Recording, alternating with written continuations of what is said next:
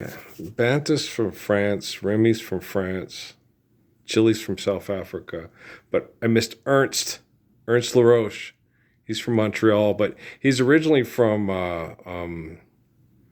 Dad burn it, St. Lucia, or I can't remember. But he came from an academy in Montreal. Okay, it's where he came from, where Paul recruited him and such, stuff.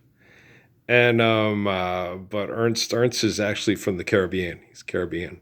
Okay, he's a neat kid. Yeah, he's a friend of Jordo's. Bonta. I never met Bonta Sai, but I did meet. I met Ronaldo. I like Ronaldo a lot, and I met Ernst. Me and Ernst when we did the thing with the when I got in his face, and then him and Wendell Mechanics were doing that in Logan, Utah. I don't think you can make the shot. He went to the foul line and stuck it. They beat him in Logan. Yeah, it was funny, but so I'm watching the people cry on the basketball thing because I think the people from New York are crying because they're not winning the basketball game there or something. I don't know, or maybe they're from Arkansas and they're crying because they're happy. We're not living the Lord's Prayer. Maybe that's why they're crying. That's probably it. Let's get St. John's. It's a Catholic school. Let's give them the benefit of the doubt. They're still ignoring Parsons on TV, and my phone doesn't work. There you go. You're funny. Okay, so I crack me up, man. I'm like, it's funny because I'm the Messiah, right? And in Jesus' time, not everybody had a cell phone to where they could go to YouTube, to an anonymous YouTube, and go, this is the Messiah, and he is a way better person than you are, because he will stand up under the worst conditions for the Lord's for children everywhere. And he went through all the crap so you could pick up your phone and go, hey, Yelp, Lord's Prayer too. And you don't do it because you're addicted to doing crappy things because David Rockefeller pegged you to the wall. If this is torture, chain me to the walls. They'll gladly kill over me and make rainbows money and watch you and Jesus die, Parsons. Well, we all live and we all die. But if you don't stand up to live the Lord's Prayer, you're just better off dead. You're in the back of you're on a movie, and you're in the back of a garbage truck, and two brown gentlemen are looking over a bridge into the back of the garbage truck and saying, that's a waste of a perfectly good white boy, right? What was the name of that? Was that Better Off Dead? Bob used to always, Bob would always say that. Bob Cummins did it. Bob would always say, that's a waste of a perfectly good white boy. That was funny, but yeah, stupid movie. Yeah, all movies are stupid. We're stuck in philanthropy. Forgive them, Father, for they know not what they do. All movies, all commercials are stupid. I'm watching a commercial right now. It's stupid. You go and you do you have to go to these things and see if you can get the hemorrhoid commercial, and you're sitting pretty, right, and all that. And it's stupid, right? Because money's not real, but your time is. So all movies are stupid.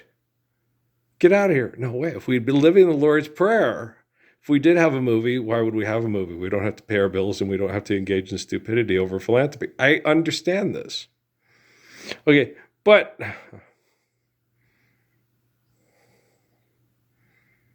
wasn't DiVincenzo playing for New York a couple of years ago?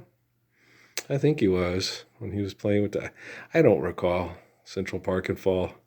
Oh, you tore your dress. What a mess, I confess.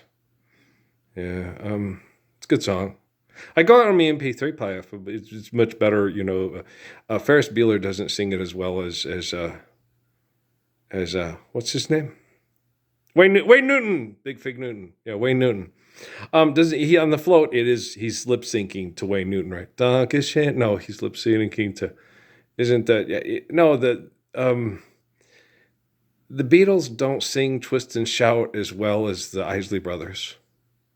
No, it's the truth. It's not based on opinion. It's the truth. Okay. No, it's true. I think even Paul McCartney would tell you, no, Ronald Isley and his brothers sing it far better than me and the chaps from Liverpool. It's true.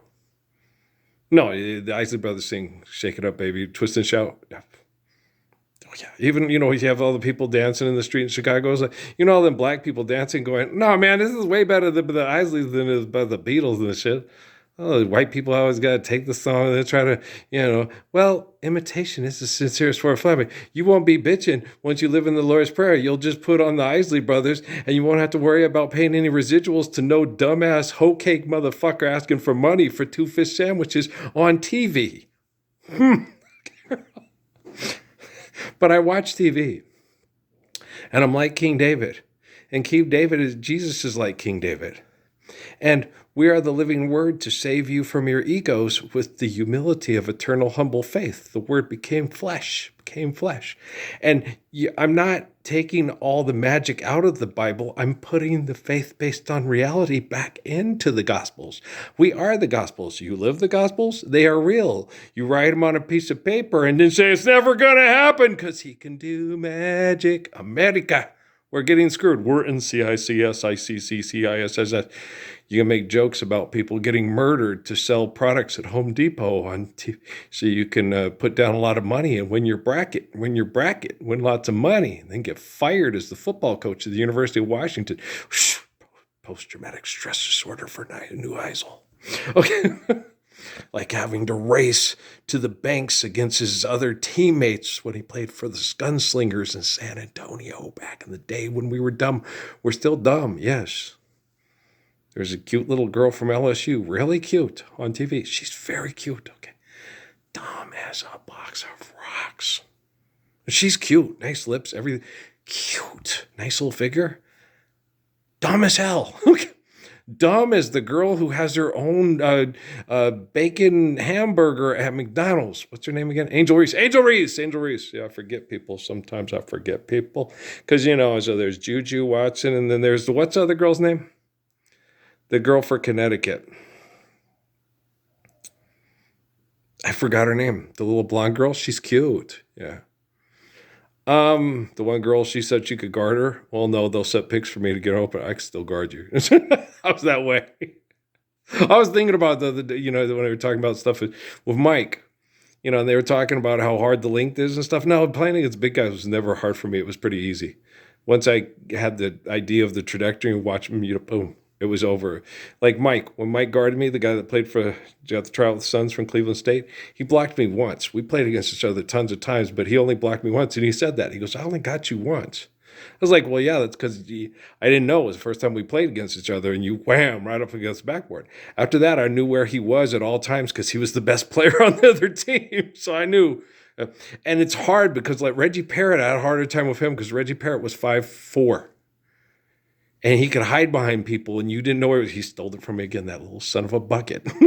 I had a harder times with Muggsy Bogues type people than I did with no. I would just shoot, and they would go. And they go. It's common. Like they would get mad. It's like it doesn't even faze you. It's like no, I know how long you are and how high. I just have to, hi, Freddie Brown. Looks like raindrops. So many raindrops. It feels like raindrops. Falling from the sky, since Earl shot over the tall guys think they got it. It's like, no. Some little guys that hide behind it and steal your dribble, they're the ones that are annoying. Just ask all the people that played against Muggsy Bogues. No. You can see them coming a mile away. It's okay. I'm going to splash brother this one. I'm going to go all Steph Curry and shoot it up. Whoosh, right? But when Muggsy Bogues is hiding behind his 6'4" shooting guard, and he comes, the little sucker stole the ball again. That's irritating. But you got to give him his props. That's why he was in the NBA. Can Muggsy come out and play? They said when he moved one time, the kids came over and asked the wife if Muggsy could come out to play. Muggsy was like 5'3", y'all. It's funny. I don't think they thought he was a kid. I think they were just like, he's a professional basketball player and he seems like a fun kid. Can he come play with us? That's what I thought. I don't think it was being insulting. I think it was just, oh my gosh, he's so cool. All right. I think that's what the deal was, y'all. I could be wrong. You may be right. I may be crazy, but it might just be a lunatic you're looking for there. Lord's Prayer. Do it now because I'm not going to quit. And I'm teaching your technology to be better than Jeffrey Hinton and his father, Elon Musk, and his business partner who's Hank the Wimp, the ladies' pimp. The women fuck for his Donald Duck, and he's got the Scrooge McDuck money bin with the more tariffs than the bony knees of the people, and Margaret Cho cupping the balls with all the songs. You know what I'm saying? Hey, Pulp Fiction. Okay, all right, you guys, let's load this one up. You know I love you, little bastards. Okay.